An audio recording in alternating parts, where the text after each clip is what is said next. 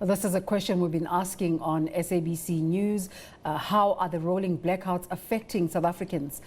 This time from a safety point of view, as vast majority of security solutions rely on electricity.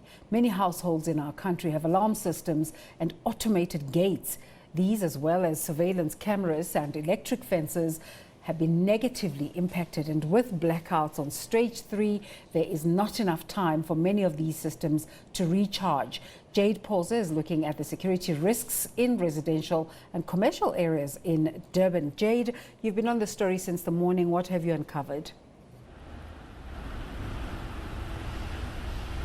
Well, a very good morning to you, Desiree, and to the viewers back at home. And yes, we've been crisscrossing Durban North, talking to residents here, asking them how has the load shedding not only affected them and impacted their livelihoods, but also what challenges are they finding. And what we are finding is that many are complaining about those automated gates and electric fences, and some are even saying that they have to leave their gates open because they worry that when the morning comes, they won't be able to get ready, take the kids to work, and also get out of the property.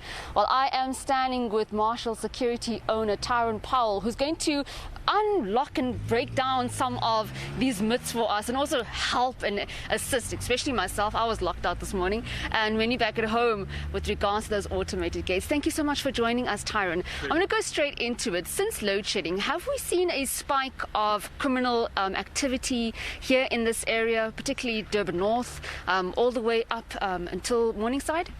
Yeah, we have seen a bit of a spike since September.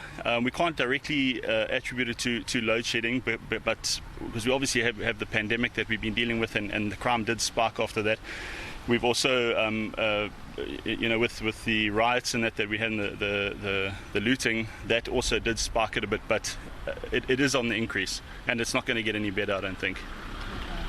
Now, many residents that we spoke to complained about the automated gates, the electric fences giving in, batteries are just not charging to this fullest potential because we are experiencing so many blackouts and levels. We went from level 2 to level 3, level 4. We might go possibly back to level 3 now, I'm told. Just in terms of what residents can do, because many are leaving their gates open. Yeah, so look, it is a big problem for us. Batteries obviously have a lifespan and only have so many cycles in them. So what we're finding is that with load shedding, they actually, the lifespan of them is diminishing. So they're not lasting through the whole load shed. It's a constant problem we're having, and we're having to do a lot of upgrades of battery systems and things like that. But people that also don't maintain their batteries, and they don't last forever. You have to look after them, and we're probably finding a couple of months they're lasting, whereas before they would last a couple of years before load shedding. Okay. So in terms of keeping residents safe, security, just from a security point of view, what can residents do to make sure that they are also safe? Because, I mean, many that we spoke to say they're just simply leaving their gates open because they are worried that they might not get out of their premises come the morning. Yeah, look, we're encouraging our customers to service their systems. That's one thing that's a big problem in the industry, is people don't maintain their alarm systems. They don't service them. Like I say, it's electronic products, so it doesn't last forever, and it does need to be maintained. So we're trying to encourage people to have their systems tested at least every 6 months or so, 6 months to a year. Have your systems tested, and to make sure that they are in working condition. And then for those back at home who are listening and are fearful when we're having load shedding in early hours of the morning, just in terms of a safety point of view, the electric fences and so forth, making sure that, like you say, they service the batteries, but also with regards to the electric fence, what should they do? Should they be switching off their alarms? Should they be leaving it on? We have that, that very loud beeping that happens throughout the night. Can you just give some of the clients some advice with regards to what they should do? So look, the best thing, just make sure your alarm system is taken care of and your battery is adequate to hold your whole system through the load shed. What we have is people get a basic alarm system and they have a small battery put on it, and then they do additions to the alarm system, but they don't do additions to the battery and put bigger batteries in that. So then it doesn't hold through the whole load shed. So we encourage people to make sure that their systems are running, and that make sure they arm their systems. You'd be surprised how many people we go out to, they've had a positive break-in and their alarm system wasn't armed at the time. I think people just get a bit complacent when things are fine. Everybody just they go into like sleep mode with it, and then later on they have an incident where their house gets broken into or something gets stolen out of their yard or whatever. They don't arm it because they don't arm their system.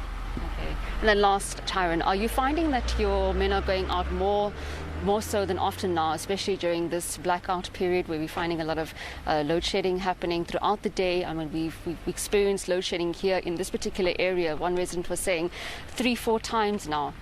Yeah, look, we are getting a lot more call-outs in that because people are not maintaining the systems, and we get false signals when the batteries go down. So now our guys are responding out to those, and it's inundating us with calls. Our control room gets super busy at that time, and it's I don't think any security company in South Africa can cope with the load shedding. So if everybody just maintained their systems, we wouldn't have those false alarms coming in, and we could then attend to serious crimes and stuff, or anything that is genuinely in progress and not all these false alarms.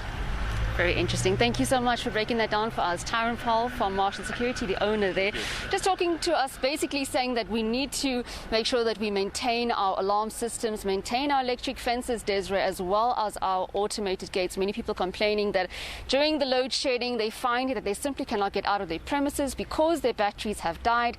But Tyron saying there that every 6 months, make sure that you have a look at it and you make sure that it's working and in good use. Desiree, it's back to you.